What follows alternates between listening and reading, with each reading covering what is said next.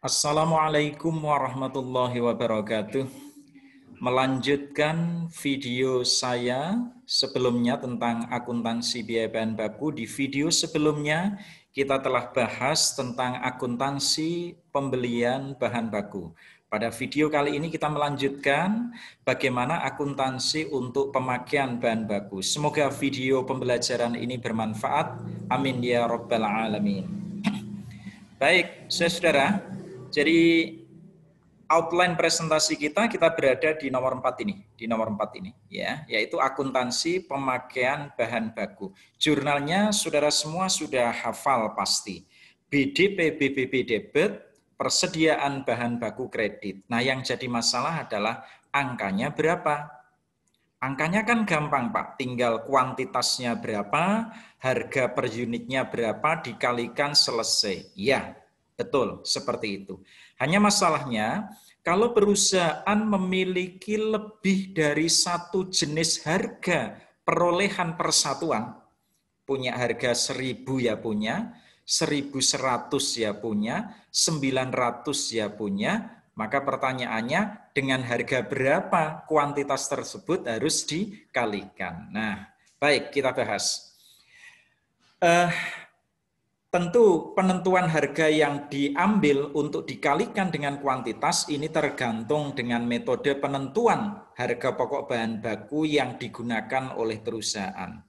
Di sana ada 5 metode yang bisa digunakan oleh perusahaan yang bisa dipilih.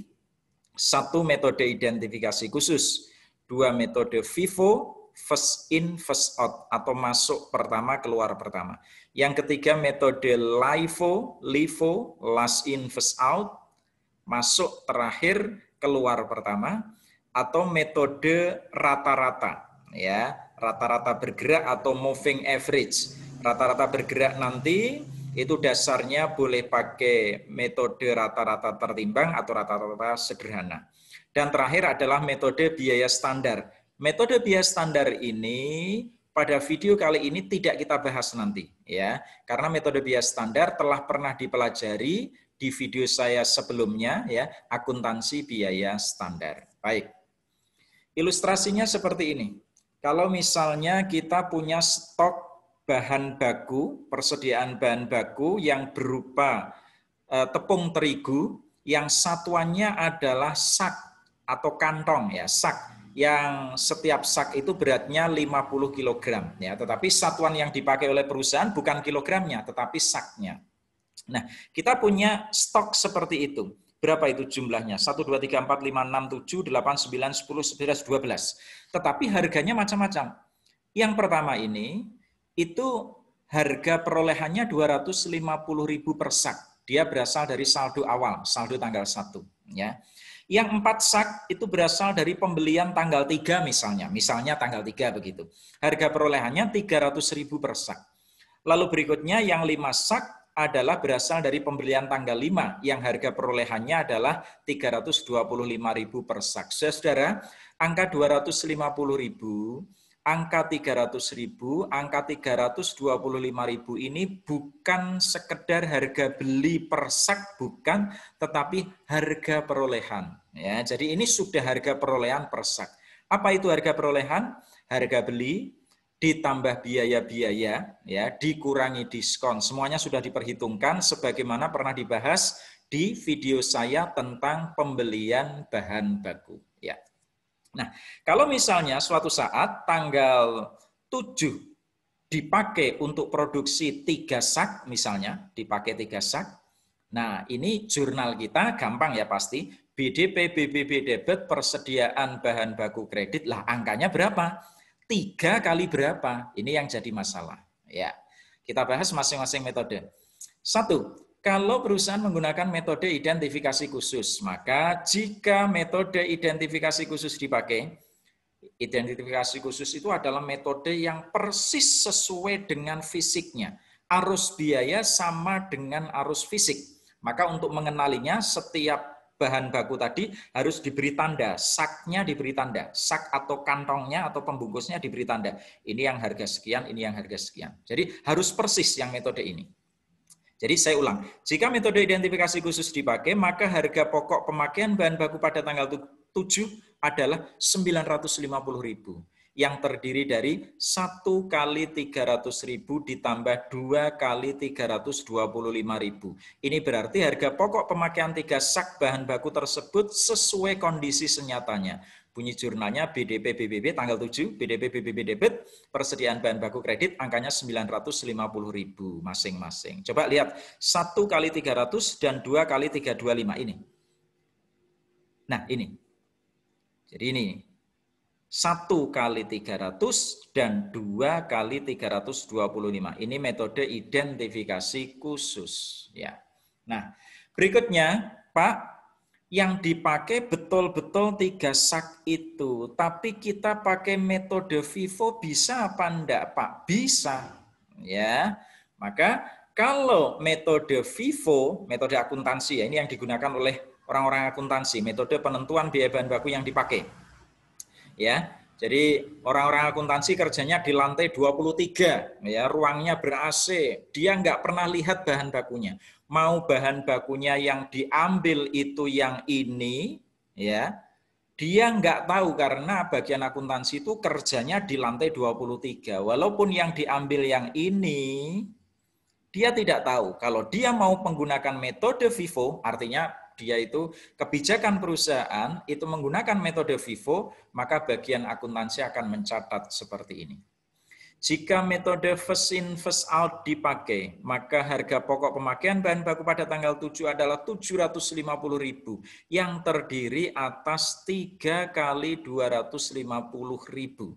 Barang yang dipakai diasumsikan barang yang masuk pertama kali, yaitu barang yang berasal dari saldo persediaan awal tanggal 1.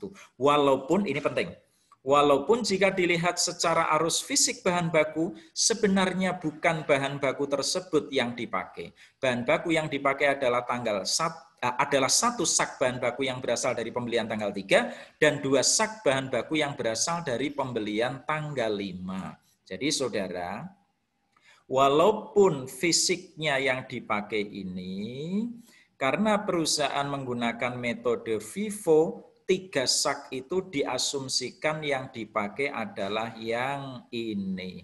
Berarti ada perbedaan, Pak, antara arus biaya dengan arus fisik. Ya, ada perbedaan. Boleh, Pak? Boleh.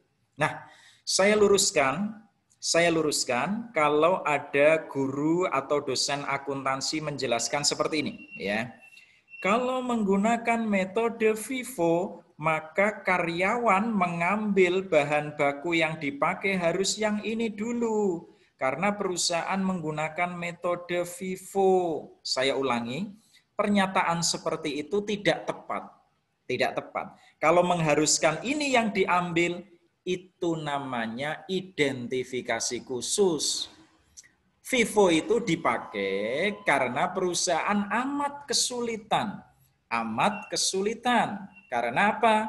Harus mengidentifikasi barang yang mana kesulitan, maka bagian akuntansi menggunakan metode asumsi atau anggapan. Sekali lagi, asumsi atau anggapan. Dianggap, diasumsikan barang yang dipakai adalah yang masuk pertama kali. Jelas ya? Oke. Berikutnya, kalau menggunakan metode LIFO. Jika metode last in first out atau LIFO dipakai, maka harga pokok pemakaian bahan baku pada tanggal 7 adalah 975.000. Dari mana ini? Yang terdiri atas 3 kali 325.000. Barang yang dipakai diasumsikan barang yang masuk terakhir, yaitu barang yang berasal dari pembelian tanggal 3. Walaupun jika dilihat secara arus fisik bahan baku, sebenarnya bukan bahan baku tersebut yang dipakai. Bahan baku yang dipakai adalah 1 sak bahan baku yang berasal dari pembelian tanggal 3 dan 2 sak bahan baku yang berasal dari pembelian tanggal 5. Jurnalnya BDP BBB debit 975.000, persediaan bahan baku kredit 975.000. Saudara lihat ini. Walaupun barang yang dipakai itu ini, bahan baku yang dipakai itu ini, tapi karena perusahaan menggunakan metode LIFO, maka diasumsikan ketiga-tiganya sak itu barang mengambil dari sini ini. Maka harga pokok bahan baku yang dipakai adalah 3 kali 325.000. Sekali lagi saya kritik ya, kalau ada dosen atau guru yang mengatakan kalau menggunakan metode LIFO maka karyawan harus mengambil bahan baku yang ini yang digunakan untuk proses produksi. Tidak tepat, tidak seperti itu. Karyawan itu taunya ambil karena ini sama-sama 50 sak. 50 kilo, satu saknya 50 kilo. Yang tahu FIFO LIFO itu adalah bagian akuntansi. Bagian akuntansi itu ada di lantai 23 yang sama sekali nggak pernah lihat barangnya ini. Ya, begitu. Kerjanya di depan layar komputer, begitu ada informasi 3 dipakai, maka perusahaan menggunakan metode apa? Kalau LIFO, ambil yang ini. Anggapannya, ya, anggapannya loh ini. Kalau LIFO, maka harganya dihitung dari yang ini. Dianggap barang ini yang diambil. Walaupun barang yang dipakai adalah yang ini. Oke. Berikutnya kalau metode rata-rata bergerak. Moving average basisnya rata-rata sederhana. Berarti kalau 3 tadi gimana? Jika metode rata-rata sederhana dipakai, maka harga pokok pemakaian bahan baku pada tanggal 7 adalah 875.000 yang terdiri atas 3 kali 291.667. Angka 291.667 berasal dari mana? Dari 250.000 harga yang pertama, 300.000 harga yang kedua, 325.000 harga yang ketiga dibagi 3. Barang yang dipakai diasumsikan tidak diidentifikasi yang mana, ya. Walaupun jika dilihat secara arus fisik bahan baku, sebenarnya bahan baku yang dipakai adalah yang tadi, ya. Oke. Berikutnya terakhir, metode rata-rata bergerak berbasis perhitungan rata-rata tertimbang. Kita cari harga rata-ratanya, tetapi tidak seperti tadi, ya. Tadi kan 250 tambah 300 tambah 325 dibagi 3, itu rata-rata sederhana namanya. Kalau rata-rata tertimbang, maka caranya mencari angka rata-rata adalah 250.000 dikali 3. Ya, jadi ini 250.000 dikali 3. Ya, 300.000 dikali 4. 325.000 dikali 5. Terus dibagi ya, dibagi 12 tadi, ya. Oke, sehingga jurnalnya BDP BBB debit persediaan bahan baku kredit angkanya 893.750. Baik, seperti itu. Ini latihannya, ya, ini latihannya. Baik, demikian. Semoga bermanfaat. Kita akhiri wallahul muwaffiq ila aqwamit thoriq. Wassalamualaikum warahmatullahi wabarakatuh.